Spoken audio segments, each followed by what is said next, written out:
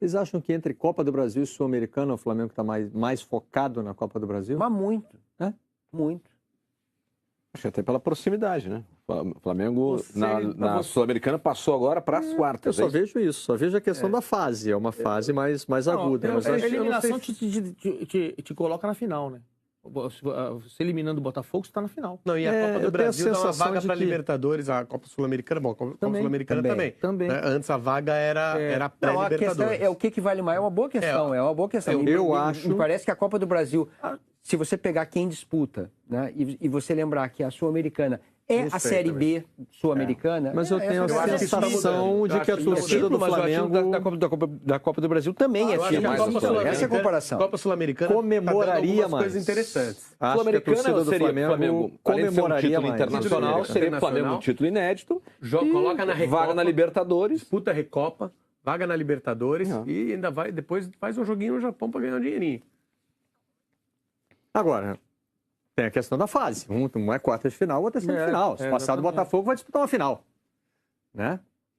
E Mas uma eliminação... Levantada que dá no moral. Você disputar uma final agora é inquestionável. Do ponto de vista da eliminação na semifinal, a eliminação para o Botafogo seria mais dolorida.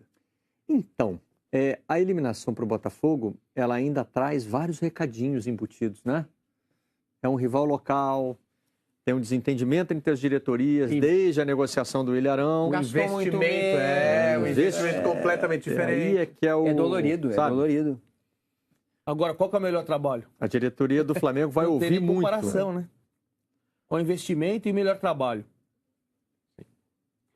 O melhor trabalho é do Botafogo, com menos fez mais. Então, não é só que com menos fez mais. Tá jogando bonito, competitivo, elenco enxuto. Não é só o investimento em si. Eu questiono um pouco. Não, eu acho que joga do que ele tem, de um jeito que encanta o seu torcedor. Sim, do jeito que ele tem. O torcedor comprou o barulho do time, mas... Você pega o time reserva que jogou contra o time do Grêmio. Pô, é espetacular o que o time faz em campo, com a dedicação daquele time. Se um time de investimento alto estivesse jogando como joga o Botafogo hoje, sem dúvida, a gente estaria naquele papo de Cucabol do ano passado. Aí é o planejamento, é o investimento e o desempenho. Acho que tudo no Botafogo está excelente. Não, se tivesse um alto investimento, a gente estaria criticando. Não, claro, tá no G4, vem, né? Mas não sei se estaria criticando por conta da Libertadores. Que é a Libertadores realmente tem um peso. Eu até escrevi minha coluna de domingo no Globo, criando uma historinha assim. Chega um amigo seu do exterior que gosta de futebol, entende, mas não sabe nada de futebol brasileiro. E aí ele quer ver um jogo, você fala assim, vamos quarta-feira, tem um bom aí, Flamengo, Botafogo, vou arrumar 2 ingressos para nós, vamos lá. Aí vocês pegam o trem lá na Central, para ele poder fazer, né?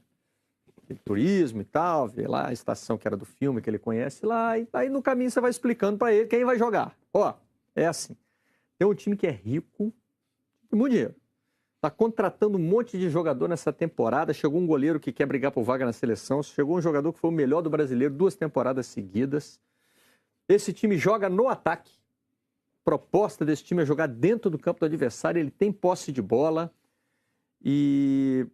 ele está numa posição mais alta, ele já tem um título esse ano, já levantou uma taça, ele está numa posição mais alta dentro do Campeonato Brasileiro, aí nesse campeonato eles estão iguais, então está igual ao adversário.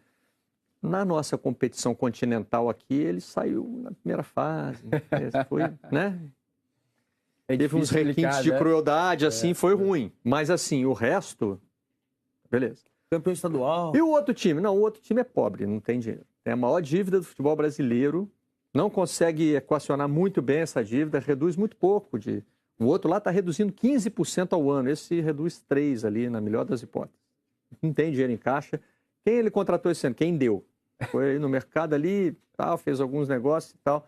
E joga como? Não, joga na defesa.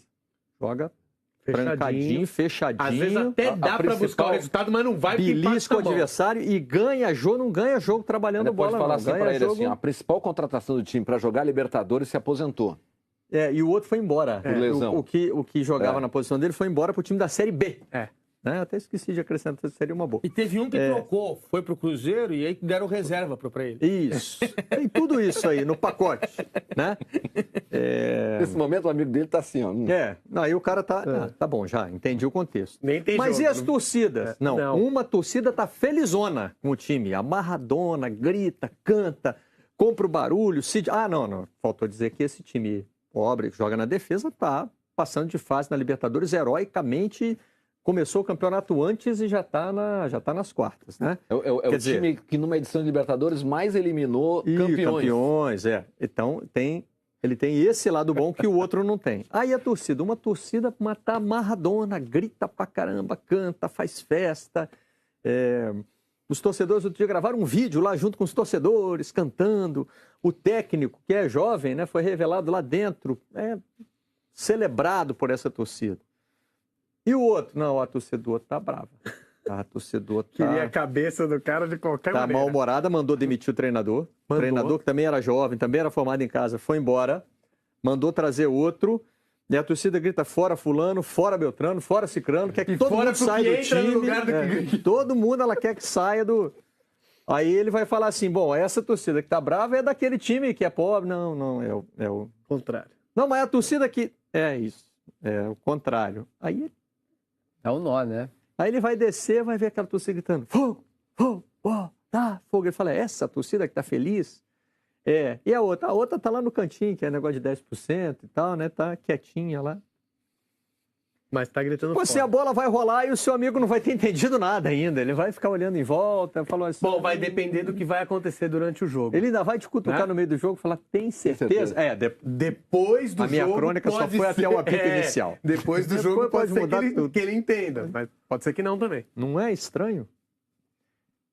É a Libertadores que dá esse peso todo? Não é, né? Também é a expectativa do que investiu. Mas a Libertadores ajuda muito, investiu, né? E está conseguindo resultados. O heroísmo vem muito via Libertadores. Se o Flamengo estivesse ali, pau a pau, brigando pelo título, com o Grêmio, com o Corinthians, acho que o clima seria outro, entendeu? Apesar da eliminação na Libertadores. O brasileiro seria... digamos, a recuperação do que aconteceu na Libertadores, que de repente ia ser tratado ali como um acidente de percurso, aquele gol no último minuto. Enfim, foi com requintes de crueldades, a gente tem que pontuar isso aí. Foi uma eliminação doída mesmo, né? Crueldade, a eliminação do Flamengo na Libertadores, mas enfim, aconteceu. Nos últimos minutos. Agora, né? O time começa a despencar no Campeonato Brasileiro, aí junta tudo, né? Aí vem tudo.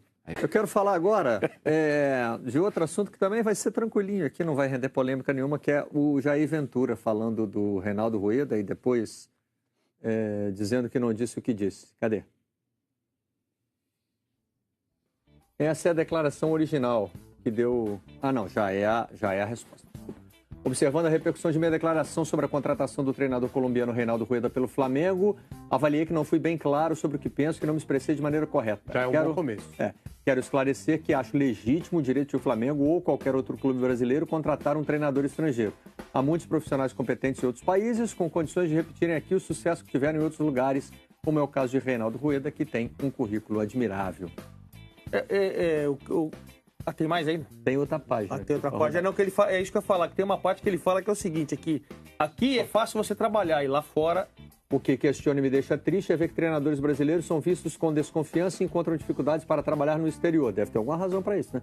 Além de questões legais, como não reconhecimento de nossa habilitação profissional no mercado europeu. Temos que refletir, discutir e buscar maneiras de mudar essa situação. Aí sim.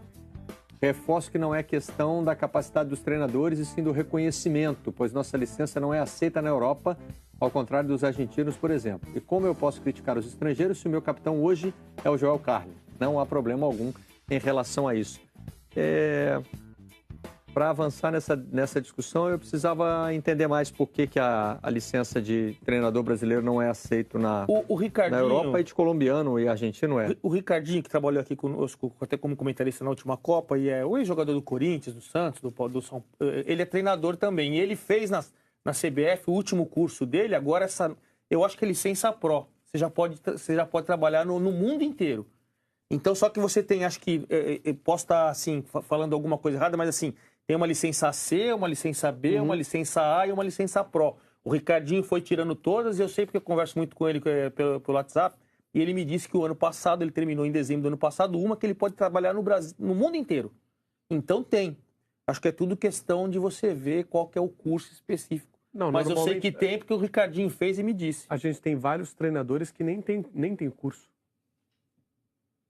Aqui no Brasil? Todos têm curso. Você sabe que eu me lembro de uma coisa? O Carlo Ancelotti, quem me contou isso foi o Leonardo, que estava na época. Foi quando o Lucas foi contratado pelo PSG, e eu fui lá fazer a chegada e conversei com o Leonardo. Ele me disse o seguinte, o Carlo Ancelotti, quando a gente contratou para ser técnico do PSG, ele teve que fazer um curso de primeiros socorros.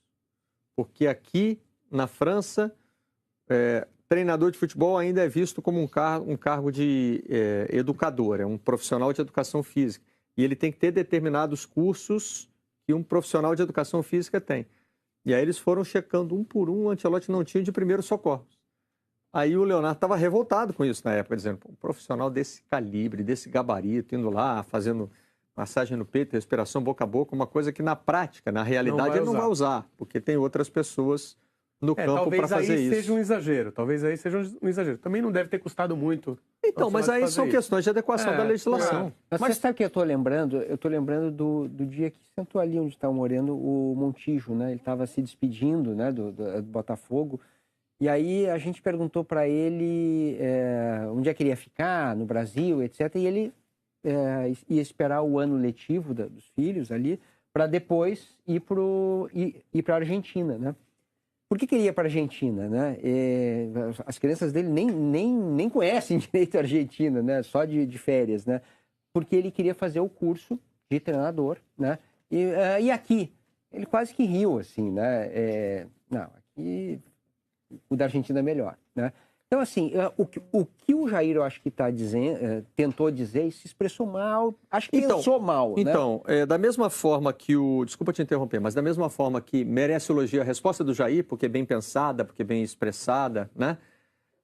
A entrevista não bateu bem mesmo. A entrevista era muito fácil de ser mal interpretada. Foi dada ao canal Fox Sports e o conteúdo, a gente tem um conteúdo aí que é bom ipsis literis, né? Mas ele dizia que é uma coisa tipo, estão tirando o nosso espaço. Nossa produção vai Agora, passar o texto completinho para mim. O começo da resposta é muito boa. Não fala assim, ó... Avaliei e entendi. Não fui mal interpretado. Não. Eu me expressei mal. Fala. Por favor. Desejo sorte ao Rueda, mas temos que repensar. Estão tirando o espaço dos outros que querem trabalhar também. Embora educada, como é praxe das entrevistas do Jair, né? Ele não é um treinador que se altera, que dá chilique. Ela soa protecionista, corporativista. Soa corporativista. Mas eu acho muito legal quando ele vem a público e retrata. Né? Nós temos todo o direito de... Não, é como disse o Lofredo, ele não te diz mal interpretado. Exatamente. Ele disse que se expressou mal. Não, eu me expressei mal. Até porque eu tenho certeza que o Jair, assim, como um cara para lá de promissor, né? Todo mundo tem falado, né? E sabe o que ele tem feito aí no Botafogo. Então, assim, a gente ouvir de um cara como esse, né? Que parece ter um futuro brilhante pela frente. Algo assim, dessa maneira, que é olhar para dentro ali. E quanto mais a gente se fecha, menos a gente evolui, né? Então é legal, eu acho sempre positivo que venham técnicos do exterior trabalhar aqui. Eu acho que todo mundo vai ganhar com isso, todo mundo aprende com isso. Eu tenho certeza que o Jair não pensa dessa forma que ele falou mesmo lá na primeira declaração. Eu vou discordar um pouco. Eu sou fãzaço do Jair. Né? Já falei 50 vezes aqui e em outros lugares, né? Acho que ele trabalho maravilhoso, o jeito que ele se comporta com a arbitragem. Sou realmente fã dele. Mas eu acho que nesse caso ele não se expressou mal. Você acha que ele reavaliou? Não. Eu acho que ele, nesse caso específico, eu acho que ele pensa mal. Né? Eu acho que ele... porque não foi um problema de erro de escolha de palavras. Ele falou o que ele queria falar. E ele acha que o Rueda está roubando o espaço do treinador brasileiro. Essa é a mensagem básica, né? E ela me parece totalmente equivocada. Ela é protecionista, né? Ela é corporativista, né? E ele pode ter agora olhado e que bobagem que eu falei, eu preciso reavaliar o que ele pensa, não é a capacidade de expressão. Eu acho que são duas coisas separadas. De vez em quando a gente realmente se expressa mal. Eu acho que nesse caso ele pensava mal, tomara que ele tenha realmente reavaliado o que ele pensa, não só a maneira como ele se expressou.